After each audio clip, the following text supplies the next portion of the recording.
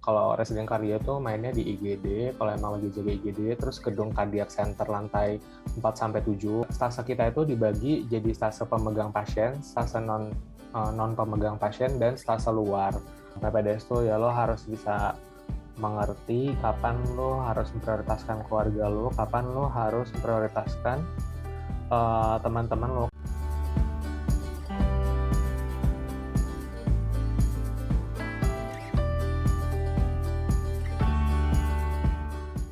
Perkenalan dulu ya, nama saya Kurniawan Prakoso, kan editornya juga udah ada, panggilannya Wawan. Angkatan masuk FK 4-nya 2012, lulusnya berarti di 2017, masuk residen di 2020, sekarang lagi semester 3. Dulu juga saya kebetulan seksi ini, dulu kan kalau Pen Pro itu kan dipisah ya, sempat ada yang dipisahkan, pendidikan sama profesi itu dipisah. Nah, dulu saya sempat menjabat jadi ketua juga yang untuk yang profesinya gitu. Tapi habis itu langsung digabung lagi.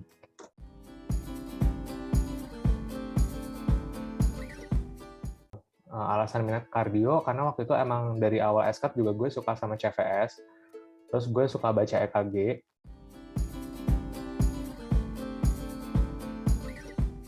Kalau kita tuh rasionya masih 1:4 sampai 1:5. Kalau angkatan gue nih awal batch tahun 2020 itu yang daftar 24 orang, yang diterima 5 orang.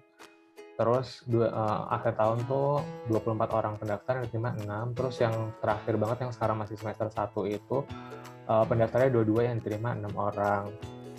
Sejujurnya waktu gue daftar itu ada gosip awalnya tuh yang diterima cuma mau 2 orang, karena kan baru-baru COVID kan, angkatan gue tuh angkatan yang waktu pandemi baru booming banget gitu, dan jadinya kasusnya tuh terbatas, berkurang. Waktu itu wacananya sih 2 orang yang diterima, tapi untungnya jadi 5 orang.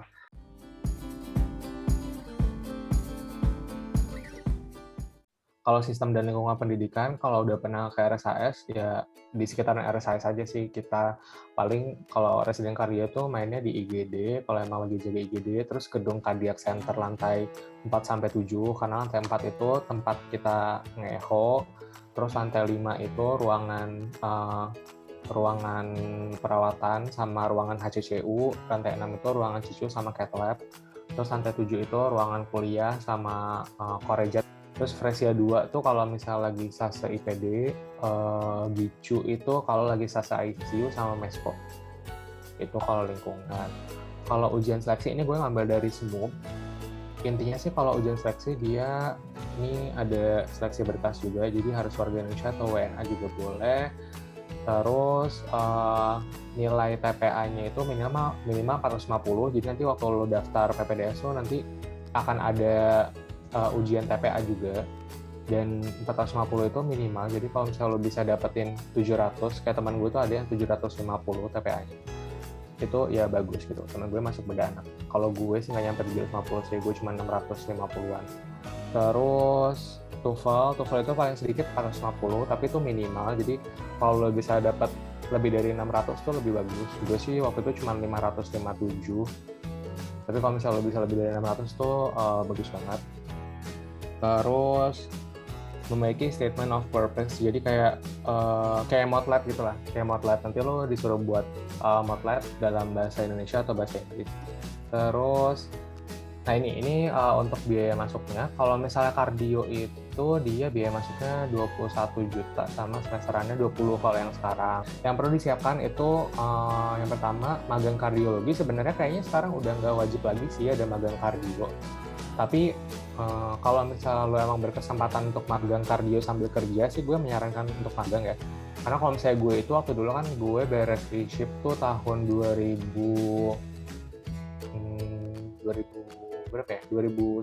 ya. Soalnya gue e-ship 2018 awal. 2019 awal tuh gue beres e-ship. Habis itu gue sempat magang dulu 1 bulan jadi asisten penelitian di situ. Terus gue lanjut magang klinis di Sumedang sampai 1 tahun, sampai 2020, habis itu gue nyoba ujian gitu. Kalau dari 5 orang yang angkatan gue aja yang gue tahu ya, dari 5 orang yang angkatan gue itu semuanya magang sih. Ada yang magang di RSAS, magang penelitian, sisanya sih magang klinis gitu, jadi nggak ada yang nggak magang. Kalau misalnya lo bisa sambil kerja sih lebih bagus lagi, karena nanti nilainya lo ada pengalaman kerja dan ada pengalaman magang gitu. Yang pasti harus belajar, Belajar ini yang pertama fisiologi dasar sih, kayak cardiac cycle, Wilder cycle, terus action potensial gitu-gitu, terus soal-soal ujian board. Jadi kalau misalnya kalian tahu nanti tuh ada soal ujian board kayak Mayo, contohnya itu ada soal ujian untuk ngambil kardiologi dari luar negeri gitu. Nah itu biasanya dipakai. Kalau fisiologi itu juga harus dipelajarin, sama guidelines sih harusnya yang lo pelajarin, karena kardio itu banyak guidelines untuk tata laksananya. Mungkin kalau misalnya kalian bandingin sama departemen lain, kita tuh sangat-sangat evidence based karena semua tata laksana itu berdasarkan guideline. Kalau misalnya lo baca di European Society of Cardiology, ESC atau AHA, itu masing-masing punya guideline tersendiri dan untuk banyak kasus gitu. Jadi itu yang harus dibaca, terutama guidelines penyakit-penyakit yang sering lo temuin kayak misalnya heart failure, terus ACS, dan lain-lain. Terus surat rekomendasi kembali setelah lulus. Jadi konsulen kita tuh sangat memperhatikan setelah lulus tuh lo akan mengabdi di mana gitu.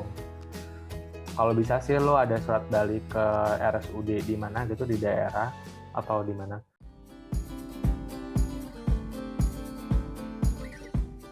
Jadi stase kita itu dibagi jadi stase pemegang pasien, stase non pemegang pasien, dan stase luar. Untuk stase pemegang pasien sama stase luar itu biasanya untuk 3 semester terbawah itu akan diberesin dulu stase luarnya, habis itu stase pemegang pasien. Urutannya itu stase pemegang pasien itu yang pertama KD, kardiologi dewasa, itu tuh megang ruangan. Jadi ruangan di aglonema, ruangan di cardiac center, ruangan di fresia, ruangan di mana-mana, semua ruangan di RSAS kecuali ruang semi intensif itu dijawabnya sama stase ruangan ini kalau misalnya ada konsul. Terus stase CICU, habis KD itu biasanya lanjut ke CICU, habis itu lanjut ke HCCU, terus bedah jantung ini biasanya untuk semester 5 atau 4 atau 5. Habis itu ada stase non pemegang pasien, bisa echo, cath lab, poli, IGD, elektrofisiologi atau EP, vaskular, GUCH. GUCH ini grown up congenital heart disease. Sama stase luar tuh ada radiologi, nuklir, IPD, sama PET/SOS. Kalau misalnya untuk gue aja ya, ini contohnya gue. Kalau gue kan sekarang lagi stase HCCU. Memegang pasien HCCU. Hari Senin tuh ya biasa gue follow up pasien dari jam 5.30 sampai jam 7-an. Sebenarnya nggak sampai jam 7 ya, follow up pasien tuh nggak terlalu lama sih, biasanya jam 6 gue udah beres. Terus habis itu gue siap-siap buat konferensi klinis. Konferensi klinis itu adalah lo melaporkan pasien baru masuk ke ruangan lo. Karena gue bertanggung jawab di HCCU, jadi pasien yang baru masuk ke HCCU. Terus itu dilaporin di forum gede gitu, semua konsulen datang, nanti mereka nanya-nanya ABCD gitu, dikomentarin. Habis itu kalau udah beres konferensi klinis, standby di stasiunnya masing-masing, jadi gue standby di HCCU sampai jam 15.30. Terus operan jaga sama jaga HCCU itu jam 15.30-an mereka biasanya baru bisa operan. Terus kalau misalnya gue lagi ke bagian jaga di hari Senin, jam 2:30-nya tuh sebelum gue operan sama HCCU, gue udah harus ke IGD, karena kan gue masih junior ya. Semester 1 sampai semester 3, sampai semester 4 di kardio tuh masih jaga IGD junior. Nanti kalau misalnya lu udah naik semester 4, semester 5, lu udah mulai jaga ruangan sama jaga HCCU gitu. Nah, gue tuh masih jaga IGD, belum jaga ruangan. Tahun depan gue baru jaga ruangan. Jadi gue harus ke IGD dulu, ngecekin ada pasien sisa dari stase IGD pagi atau enggak. Kalau misalnya ada, di follow up dulu. Terus start di tengah-tengah baru gue balik lagi ke HCCU, pernah nama jaga HCCU-nya. Habis itu udah sih rutinitasnya gitu. Kalau misalnya lo jaga, berarti lo jaga lanjut lagi sampai jam 7 pagi. Terus hari Selasa lo FO pasien lagi. Gue berarti FO lagi pasien gue yang di HCCU jam 5.30 sampai jam 7. Terus setiap Selasa pagi itu ada visit terbesar. Visit terbesar itu tergantung konsulennya. Jadi di kardio itu yang memimpin visit terbesar ada 4 orang. Masing-masing tuh gaya visit terbesarnya beda-beda. Ada yang satu ini dia nanti membahas satu pasien aja tapi menyeluruh gitu, pasien yang susah biasanya. Biasanya sih pasien HCCU yang suka aneh-aneh, atau pasien ruangan juga yang aneh-aneh. Itu biasanya dibahas A sampai Z, yang presentasi cuma 1 orang yang megang pasiennya doang. Ada juga 1 konsulen atau 2 konsulen itu visi terbesarnya itu adalah lo majuin semua pasien lo lagi gitu, yang ada di ruangan tersebut. Nanti dia nanya-nanya progresnya gimana, harusnya gimana gitu. Ya udah, habis itu standby dan lain-lain. Nah terus hari Rabu ini biasanya habis FO pasien subuh biasa, itu laporan kematian, pokoknya kronologis kematiannya kenapa. Nah waktu hari Rabu kemarin tuh gue jaga, jadi dari jam 2:30 harusnya kan gue operan sama stase HCCU jam setengah 4 nih, tapi kan gue harus ke IGD dulu jam setengah 3. Jadi gue ke IGD dulu, nge-assess pasien sisa yang ada di IGD. Habis itu nanti lapor sama jaga IGD-nya, kalau misalnya udah beres, gue balik lagi ke HCCU operan sama stase HCCU-nya. Habis itu hari Kamis, gue baru dismiss jaga tuh harusnya jam 7. Jadi gue follow up pasien HCCU gue dulu jam setengah 6. Habis gue beres follow up, gue balik lagi ke IGD, operan sama stase IGD pagi buat sisa pasien. Habis itu ilmiah tapi tergantung ada yang maju ilmiah atau enggak dari jam 7 sampai jam 9. Kalau misalnya nggak ada yang maju ilmiah, berarti lo bisa standby di stase masing-masing. Terus gue lanjut laporan jaga waktu itu jam 12 sampai jam setengah 2. Habis itu udah biasa, gue nunggu operan sama stase HCCU sampai jam setengah 5 sore. Terus gue lanjut lagi ilmiah internal HCCU. Itu kemarin jam setengah 8 malam sampai jam setengah 10 malam sama konsulen via Zoom. Udah, besok gue tidur. Akhirnya gue bisa tidur setelah itu. Besok jam setengah 6, biasa gue evo pasien lagi. Terus ada konferensi klinis lagi. Pokoknya konferensi klinis di kardio itu ada 2 kali, Senin sama Jumat. Udah sih sama Sabtu. Sabtu kemarin pagi gue jaga dari jam 7 sampai jam 7 pagi tadi. Jadi kalau misalnya lu lagi stase non pemegang pasien, lu nggak perlu follow up pasien, cuman cukup standby di stasenya masing-masing, jadi nggak perlu datang subuh-subuh. Kalau misalnya lu lagi stase kardiologi dewasa, jadi waktu gue awal stase KD itu gue datang ke rumah sakit jam 3 subuh follow up pasien gue, karena pasien gue tuh bisa sampai 15 dan itu terpencar-pencar, ada di Presia, ada di Alamanda, di Opjin, ada di Kemuning, di COVID gitu. Banyak banget pasiennya dan lo harus lapor sebelum ilmiah mulai, sebelum si konferensi klinis ini mulai, lo udah harus lapor WA ke konsulen. Jadi emang harus pagi-pagi banget. Kalau misalnya lo lagi stase luar, itu lo nggak perlu ikut ilmiah internal kardio.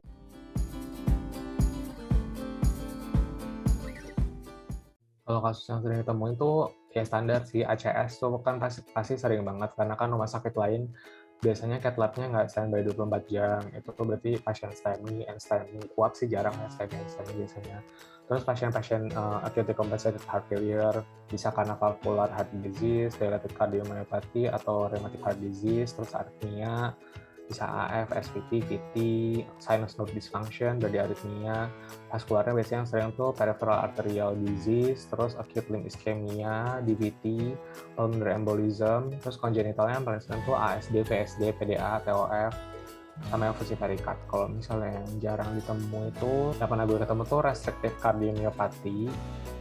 Jadi dia tuh ada gagal jantung karena si jantungnya tuh nggak bisa mengembang gitu, si ventrikelnya nggak bisa mengembang karena ada restriksi. Biasanya karakteristiknya si atrium kiri sama kanannya tuh membesar gitu, jadi di atrial enlargement tanpa adanya enlargement dari ventrikelnya. Terus arrhythmogenic cardiomyopathy, AL-ARVC, ini juga gue pernah dapat. Terus double outlet right ventricle atau DORV, ini pasien congenital. Sama sisanya sih kayaknya banyak sih kasus-kasus unik. Yang paling duka tentunya waktu lo semester 1, apalagi angkatan gue itu angkatan yang paling dikit, cuma 5 orang dibandingkan angkatan sebelumnya, karena semua orang tuh punya ego masing-masing dan nggak semua orang bisa berkorban.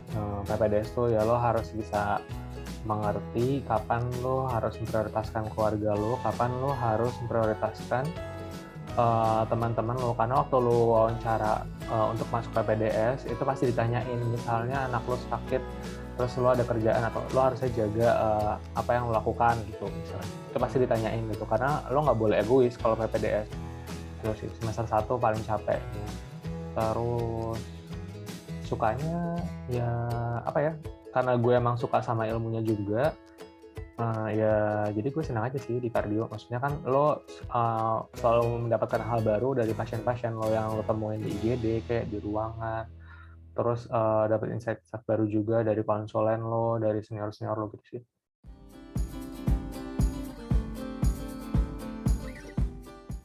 Kalau misalnya kalian ragunya karena takut dimarahin sama senior, ya nggak usah ragu, karena di kardio tuh relatif semuanya reasonable tuh. Kalau ada kesalahan juga nggak ditindak sih, dikasih tahu aja. Terus kalau misalnya lo ragu-ragunya itu karena apa lagi ya, misalnya karena merasa bodoh gitu, misalnya merasa bodoh dengan ilmu kardiologi, tapi sebenarnya pengen masuk, ya masih banyak waktu untuk belajar.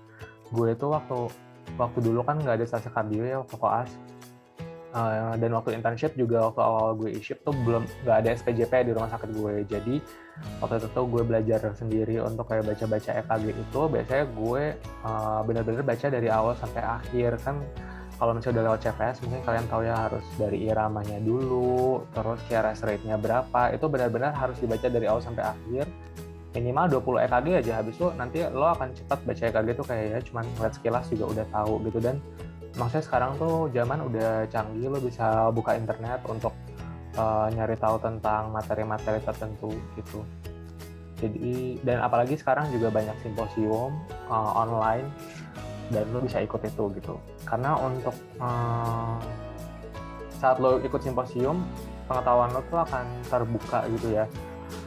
Jadi saran gue sih kalau misalnya lo ragu-ragu masuk kardionya karena takut bodoh ya, semua orang pasti bisa belajar gitu. Maksudnya masih banyak waktu untuk belajar, dan proses pendidikan PPDS juga kan itu proses pembelajaran, jadi lo bisa belajar juga sambil PPDS. Terus apa lagi ya ragunya? Kalau misalnya ragunya karena finansial gitu misalnya, sekarang kan itu udah banyak beasiswa juga kan. Kalau misalnya lo bisa dapat beasiswa dari pemerintah daerah lo itu lebih bagus lagi, karena otomatis lo sekalian dapat surat balik juga dari mereka gitu, dan rekomendasi itu kan juga berpengaruh buat penerimaan gitu.